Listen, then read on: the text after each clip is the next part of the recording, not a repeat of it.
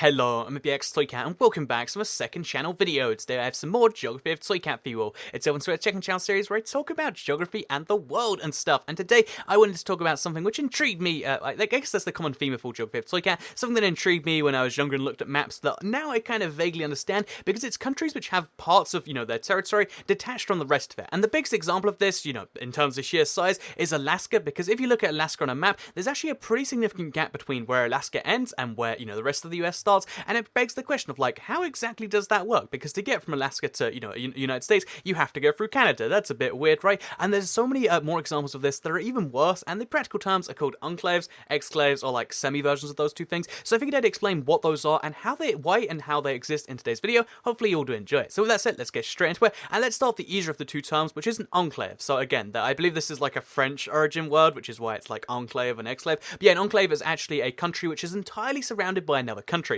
which sounds a little bit silly on the surface, but there are actually 3 of these in the world right now, and again, they're territorial semi-versions of this, but yeah, there's only 3 countries which are entirely enclaves. There is San Marino, we've gone over before, there is the Vatican City, which is just over here, the world's smallest country, and then finally, we've got, obviously, well, not obviously, but the one that's less obvious, which is Lesotho. So Lesotho is, the Kingdom of Lesotho is entirely surrounded by South Africa. If you want to get from Lesotho to anywhere in the world, by land or sea, you have to go through South Africa, and the same is true of these other 2 states. However, air travel, that's actually slightly less relevant stays, so that's why the whole term of practical enclave is kind of a weird thing. But yeah, basically those are what enclaves are called. They're countries entirely surrounded by other countries, and then an exclave is kind of the opposite. It's where you have a bit of your country which is separated from the rest by another country. So for instance, if the United States, Canada, to the Alaska thing is sort of like an exclave. It doesn't entirely work that way. Oh, you can't see it probably a bit. It doesn't entirely work that way because it technically counts the sea as being a border, so you can get from Alaska to the United States by sea. But as far as land is concerned, which is what the kind of semi-thing,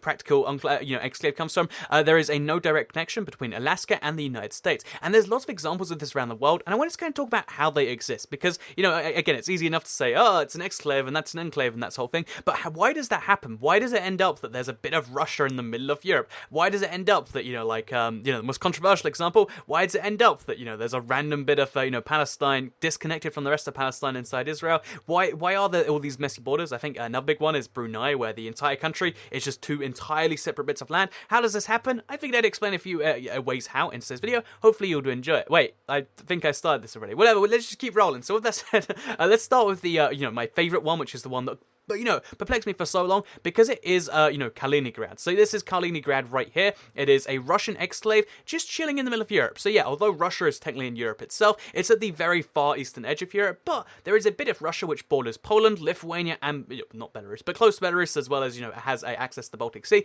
And the reason for this exclave is a very long series of, historical territorial disputes. It was part of the Kingdom of Prussia, and then it was part of Poland, and then, it was part of, Germany during the Nazi times, but then after World War II, all of the Germans were expelled, and the Russians moved in and made it their thing, because the Russians wanted access to the Baltic Sea. Obviously, it wasn't actually, an exclave at that point, because the USSR existed, but yeah, basically the reason that, this exists is because the Russians needed access to the Baltic Sea, and they do not have proper access to St. Petersburg, because apparently this part of the, the Baltic Sea often freezes over. That's actually less of an issue these days, but back in 1945, this would freeze over pretty much every winter, which meant to have access to the Baltic Sea, which you would want if you are, Russia, and you want to, you're this big, you want to have influence over Europe and stuff, then you need to have that, and that is why the Russians took and then have not let go of Kaliningrad, because it's a valuable port, and that's one of the places they, use for their things. So, yeah, that is the basic first reason why an enclave or exclave exists, because there is a territorial value to something that you need, in this case, the sea. There's another example of that, actually, with Croatia, because Croatia is split up and, kind of has an exclave. It's not technically an exclave, because you can kind of go past it, but, there's a giant split in Croatia, because, in fact, in one of my videos, I said something like, oh, Croatia takes all the coast, and because of the, politics of the region, some people are like, whoa, what, how dare you say they took the coast? They didn't take anything. And it's like, that was just, I'm just talking about how it looks on the map, because, yeah, Croatia actually has almost all of Bosnia and Herzegovina, I can't say it, and Herzegovina's coast. However, this little bit belongs to Bosnia, and the reason for that is kind of the reverse reason of what I just said, where you need coast to be a country, at least in, not not so recently, but having coast is a very, very valuable thing as a country. So therefore, this little strip of coast belongs to Bosnia, and that is a result of Yugoslavia. Blah blah blah blah blah blah. Lots of complex stuff that apparently people get offended by. So yeah, that is that's the kind of reverse situation of how that happens. So how does it happen with something like Brunei? So Brunei is another again unique country because it is two pretty much equally as far as population goes and almost land area goes,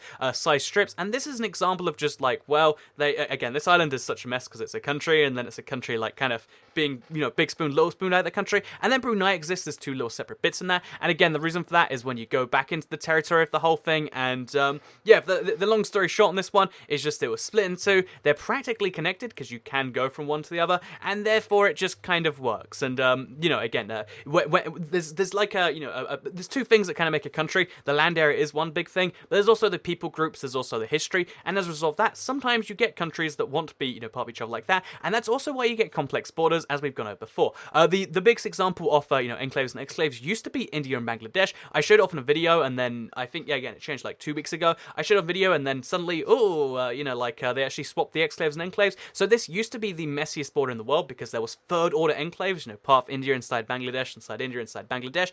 They actually fixed it recently. A lot of people looked at the board and they're like, no, Soy Cat, there's a bunch of enclaves and exclaves. No, if you follow this along any part of the line, you'll see how it's all connected to India or it's all connected to Bangladesh. They did a giant swap, and it actually makes quite a bit of sense when you look around it now, which is a nice little change. So yeah, that's an example of a border that was fixed. But the reason this happens is, and the reason it happens, the other notable example, which is again, it's not being fixed quite so soon with Belgium and the Netherlands, is because sometimes the land ownership of an area goes back to before the times where like modern states existed, back in the feudal times, and basically with Baal. So there's two villages here called Baal and Hertog and Baal Nassau. Baal Nassau, I believe, is the Netherlands / the Dutch city, and Baal Hertog is the Belgian one. So they basically kind of got really intertwined. One used to be owned by one lord, one used to be owned by the other. They eventually turned into their countries, but as a result, people being either Belgian or Dutch, you get this weird mix where there's a lot of a lot of exclaves of Belgium inside of the Netherlands, and that happens because again the land ownership goes back to before like a state. Like the British,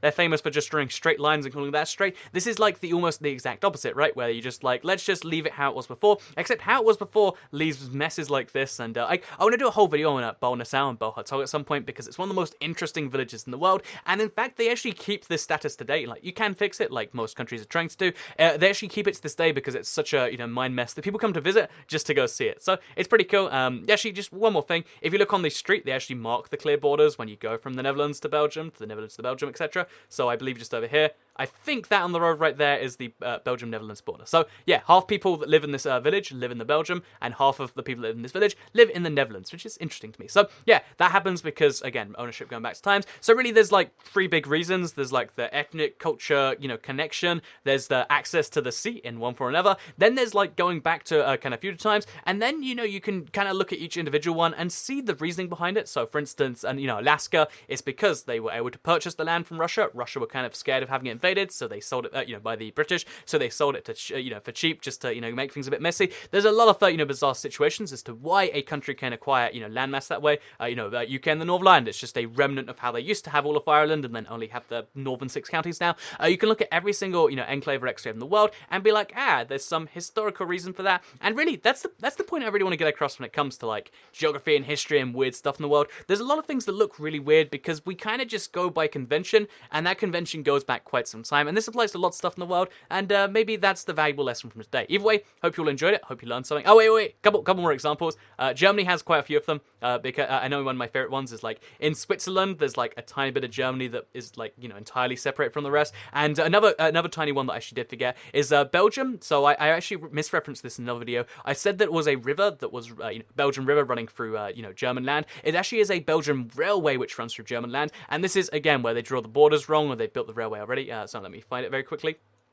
This is where they, I'm looking at the wrong country, that's why. This is where they draw the, the border wrong, or they place the railway in someone else's country. So they give the land to Belgium again, and this creates a lot of exclaves of Germany, because you have to technically go through Belgium. I mean, it's the tiniest strip of Belgium, because as you can see, but yeah, there's it used to be a railway that now means that Belgium has the weirdest strip of land running through Germany. But yeah, those are the reasons that enclaves and exclaves exist. Hope you'll enjoy the video. It's technically Christmas Eve as I upload this. I'll be honest with you, I'm recording this a weekend ahead because I'm going to be so busy this week and Christmas and stuff. Hopefully you'll have a crappy Christmas Eve and or Christmas.